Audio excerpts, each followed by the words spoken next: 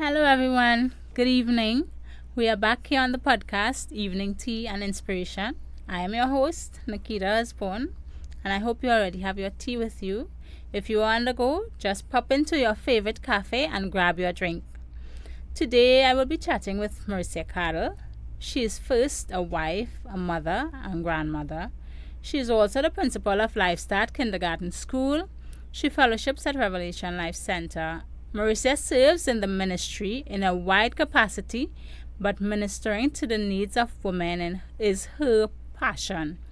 Thus, she is also the president of the women's ministry.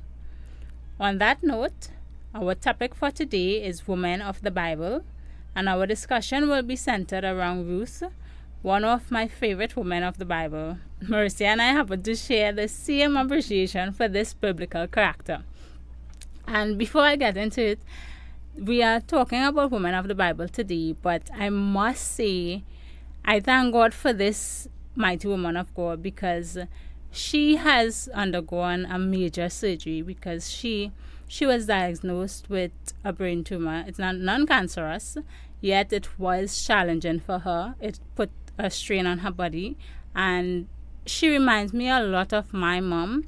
She is kind of like my mom. So I have to thank God for this woman because she has gone through a major surgery and she is here still standing and fighting the good fight of faith, and I thank God for her. So without further ado, let me welcome Marissa. Good evening and welcome to Evening Tea and Inspiration. I am excited to have you with me today. Well, good evening to you too, Sister Nikita, and thank you so much. Nice. You are welcome. Just to give a quick overview of the story of Ruth, Ruth is documented in the Old Testament, and it consists of 4 chapters. It follows a young Moabite woman who lost her husband in a famine land. She decided that in spite of the situation, she will stay with her mother-in-law Naomi, and Ruth followed Naomi to the land of Israel, where she meets Boaz, a man of noble character, who happens to be of relation to Naomi. Both Naomi and Ruth comes up with a plan to get Boaz to notice and marry Ruth as a means of redeeming Naomi's family. In this story, we will learn how this whole scenario was all a part of God's plan of redemption. And as we get into it, I just want to read one of these scriptures, one of the main scriptures that, stood out to us every time we think about Ruth.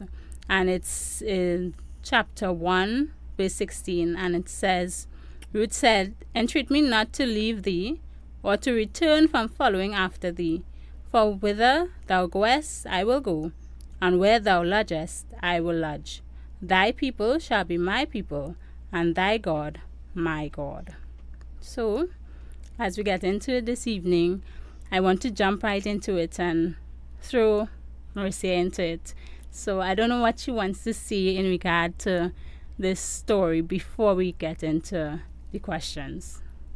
Okay, well, before that happened with Naomi going with her mother-in-law, she actually was married to her second son. And she also had a sister-in-law. And this woman, this mighty woman, Ruth, she embraced this family. I always say that when you are marrying someone, you are not only marrying that person. The family that you are getting married into is, it is so very important that you know them, that, you become part of their whole being. And this is what Ruth did. And, she had to, this woman, Naomi, had to have treated her really well, to be that mother to her, that she could embrace her so much, to leave her whole home and her people to go with her. That isn't, sometimes when people get married these days, they just marry and that's it, Exactly. but not not Ruth. She had a difference. She married into that family. And that is something that I will encourage people to do. Know the family. And that way, you will know where you are, who you are. You will discover things about you didn't even know. When she looked at Naomi, it was as though Naomi made her, Yes. and not that her sister-in-law didn't love her mother-in-law either, but it was easier for her to go back to her people, stay with her people, because that's what she knew. But Naomi was a different kind of person. And not only that, it takes that person, that type of person, for God to use, because you remember, God had his plan for her all the time.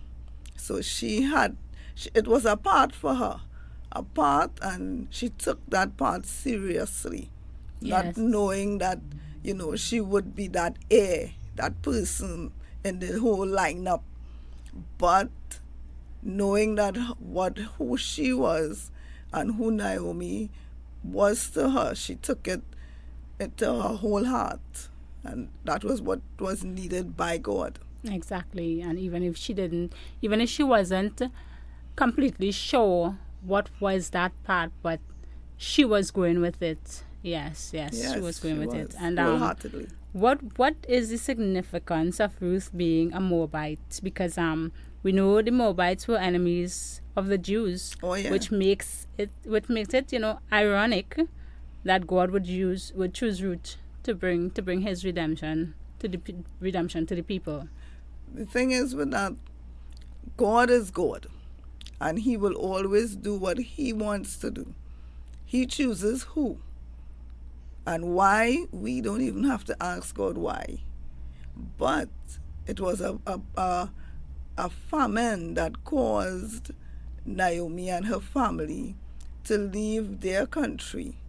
And they looked and they found Ruth and her sister-in-law. And they as they embraced them, it doesn't tell us that they were, strange to the people, the Moabite people. It looked like they had a good life where they were. Although the Jews and the Moabite people were different, were at air with each other, but something with this family was different. And it had to be different, and that is because of God. It is not like we would say, well, we planned that. God had Yes. his plan. He alone had his plan. Yes. So, despite everything that happened, we know that it's the plan of God, first and Exactly. foremost. Right, right. Because I was about to ask you, why do you think Ruth stayed with Naomi? But at the end of it all, it is God's plan. It was God's plan, and even if Ruth wasn't aware of that at the moment, it wasn't God's plan. So I guess that is why Ruth stayed with Naomi. And again, too, we must remember the first law is obedience. And Ruth, was an obedient person. Yes. She, Yes. To the core, that was her personality. Yes. So, and she wanted God. Yes. In that passionate scene where she told her mother-in-law that her God, that Naomi's God will be her God. Yes. She wanted not just Naomi and her family. She wanted this life, this godly life, this God that they serve. Which brings you to look at Naomi, the person that she was. Ruth really looked at her also, because she wouldn't stay with somebody Yes. that, Exactly, because I was about to say, it has something to do with Naomi's character as well, because no one wants to see with a mother-in-law who is troublesome and miserable, you know. So yeah.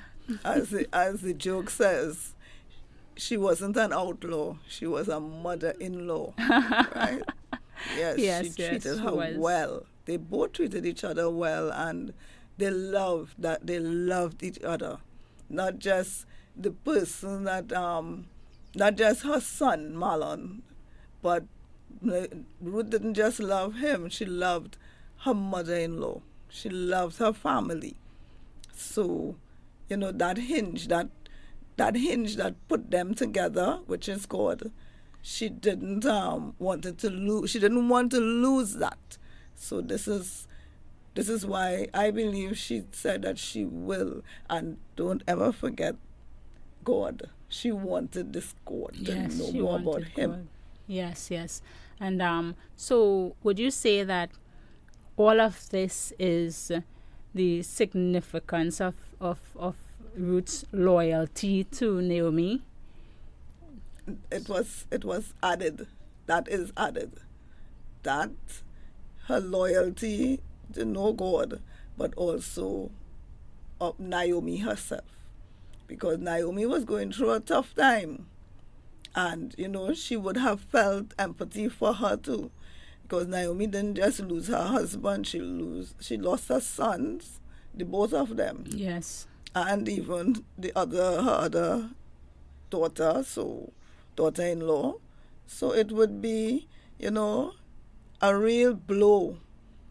And in Ruth empathizing with how she felt, she had a loss also, but she put it together and she said, you know what, she will stay. Yes, She will because stay with her. Ruth lost her husband and Naomi had multiple losses, and so Ruth, in other words, empathized, and she probably said like, okay, I had this one loss, much more for Naomi's loss is Exactly. even greater than Greater. mine. So That's I right. guess that was part of her decision to stay with Naomi. And how can women in today's society learn from this act of loyalty? Because it's not easy in today's society dealing with in-laws, to be quite frank. Well, you make me laugh because I am married 40 years this year to my husband, and I have a mother-in-law. I had, before my mother-in-law and I was so close, her mother, which is I call her my grandmother-in-law. Well, I call her my grandmother, but she was actually my grandmother-in-law. She treated me so well. And I am from a broken home.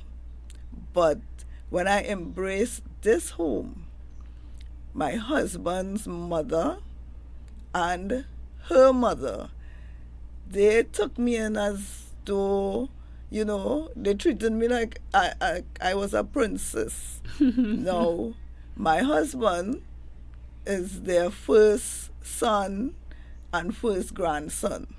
So it came like, they give away their prince and they welcome a princess, I can tell you that.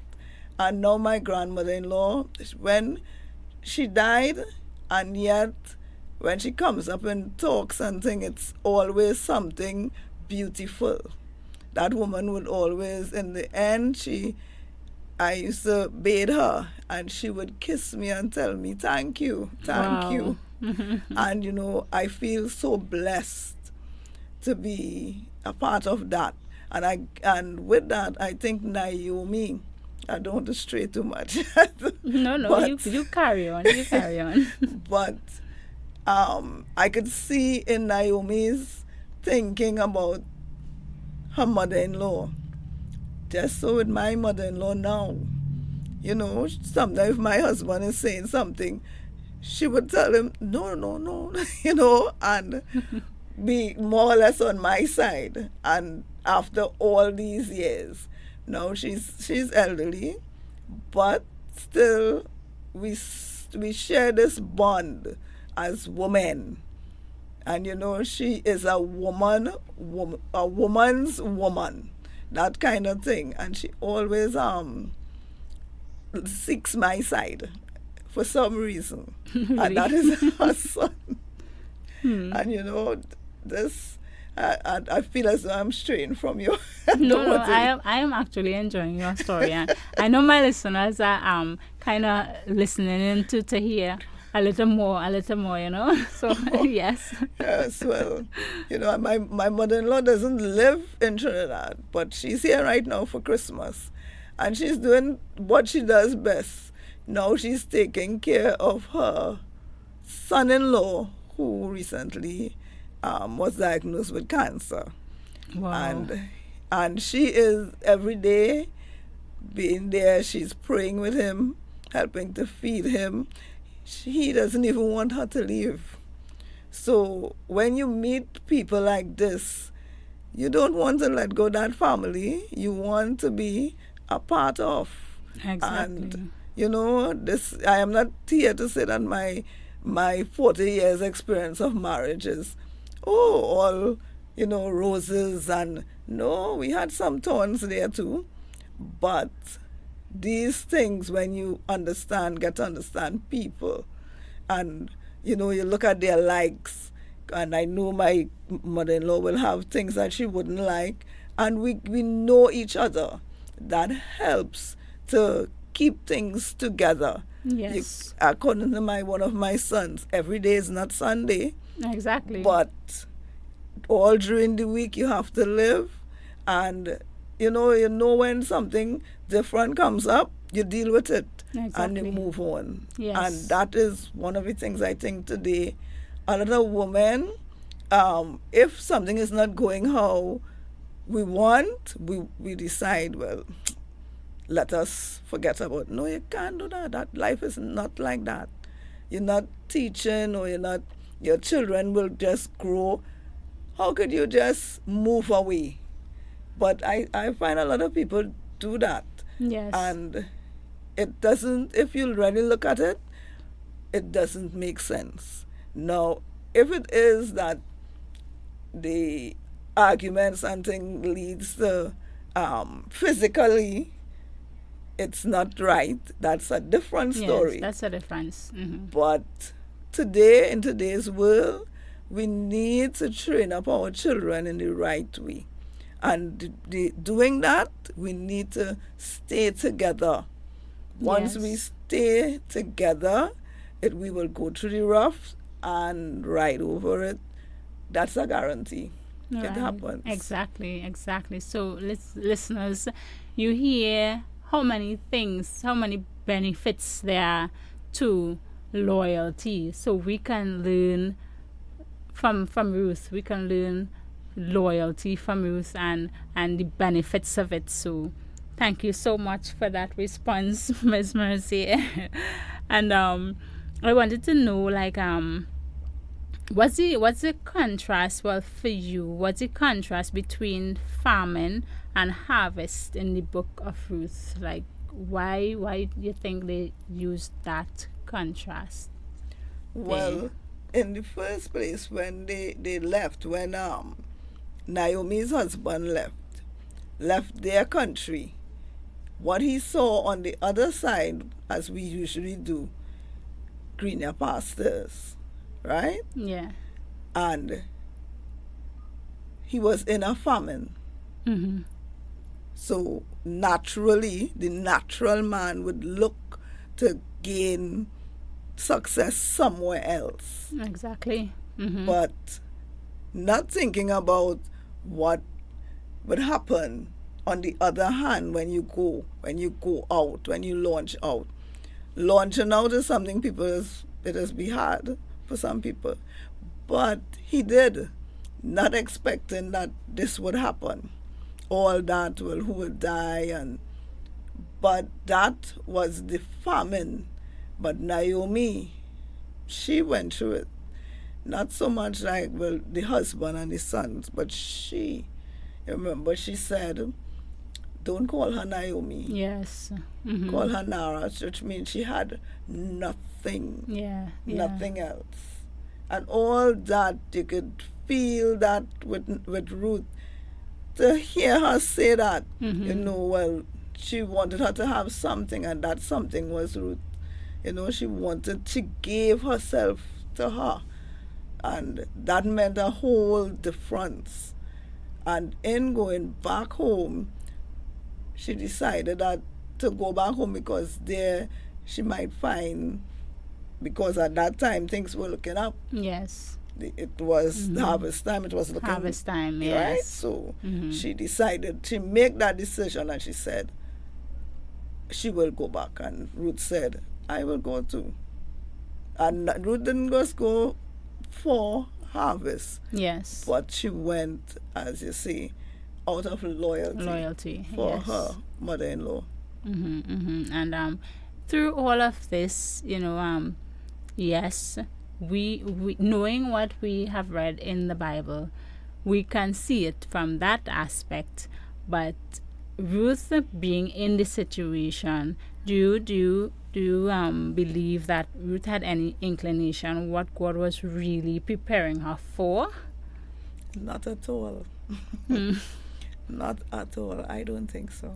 Yes. She just followed. She was obedient and followed instructions. Right. Yes. She knew that things will get better. She believed in her heart that they could have taken care of each other. She wasn't looking for that, greener grass on the other side or nothing like that. She just had her mother-in-law, and she was thankful for that. But she did what she asked her. And how does Ruth's obedience to God play that significant role in God's plan of redemption for not just for the world but for Naomi's family? Well, for Naomi, she was a very cunning person. When Yes. when Ruth told her, well, she went to this field, and what she knew the ropes. She knew what could have happened there with this man. Yes. And she made, how to say, a play for it, but it was she was brave. Yes. The both of them were brave. They were two brave women. Yeah, you have to be brave to do those things. Right. And with Naomi herself, she looked, when she realized who it was and what could have happened. Still, she wasn't looking at lineage and things like that, but she was looking for a comfort, not for herself alone. Yes. But a comfort for Ruth also. For Ruth as well. And well, I have to ask this question because I always try to bring it back to today's society, and looking at Ruth from where we are now. How do you think people would view Ruth in terms of going all out there, going into the field, going to meet Boaz, and doing all the things that Naomi taught her to do, and this whole scenario I have to see. How do you think we in today's society would view Ruth? Well, some people will say, she's a smart girl because she went ahead and do what Naomi was telling her. But with Ruth to herself, she was more looking at doing it for them. Yes. Not that she would have just meet this man and she would get all these riches. She was not into that. But in today's world, I believe some people will feel that she had a plan, and Naomi had the plan and Ruth just executed. Yeah. But when you really look at it, yes, Naomi had that plan, but Ruth didn't have to go ahead and do what she did, you know. But that is why I say she was brave. Yes. She could have said, no, I prayed this to do this, and she didn't do that. She went ahead obediently Yes. and did what she had have to do. Because I mean, it's men and it's a man and it's a woman. Yeah. And obviously we realize that Naomi made a play for Boaz, for Ruth. Yes. On Ruth's behalf. On- Yeah. yes. Yes. Yes. And I think she executed it very well. Mm-hmm. Very Mm-hmm. well. It just took Ruth that bravery again. I have to keep saying that. Yes. To go ahead and do it. Mm-hmm. Knowing that, okay, it could have failed. But Yes. it could have, wasn't want to say that. Mm-hmm. Mm-hmm. But again and again, when you're dealing with God's plan for man, God wins every time. Yes, every time. Every He time. does. And as you keep saying, bravery and boldness, how would you differentiate Ruth's boldness from the boldness of women in today's society? Because women in today's society, I mean, that's a totally they're really- different type of boldness. So Yeah. Yes, women are bold today. But sometimes that boldness could get you into a lot of trouble, exactly. right? The most important thing here is walking the path of righteousness. When you walk in that path, be bold. But you cannot just take yourself and decide that you're going to do this or that and end up, because we have seen and we have heard a lot of people who ended up sometimes dead. Yes, And this is not the kind of boldness that we're speaking about. exactly. Right. There's a difference. There is a difference.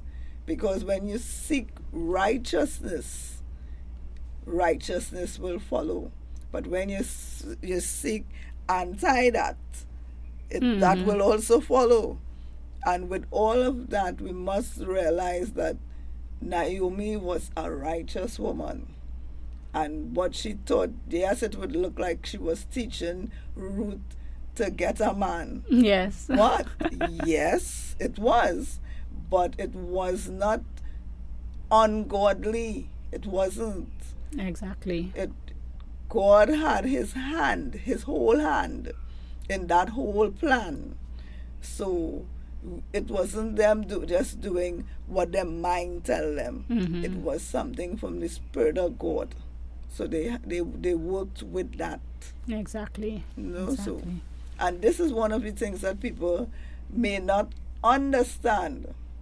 But God is real. The Spirit of God is real. Jesus Christ is real.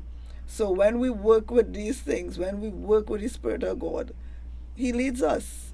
Exactly. He does. Yes. So if you believe in that you're just doing something, you have to know that God has to lead you. You cannot walk left and feel you're going right.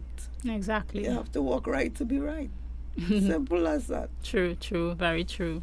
And that brings me to my last question, and it really ties up everything, because I wanted you to kind of tell our listeners like, how was this entire conundrum part of the birth of the Messiah, because we know it all came down to that,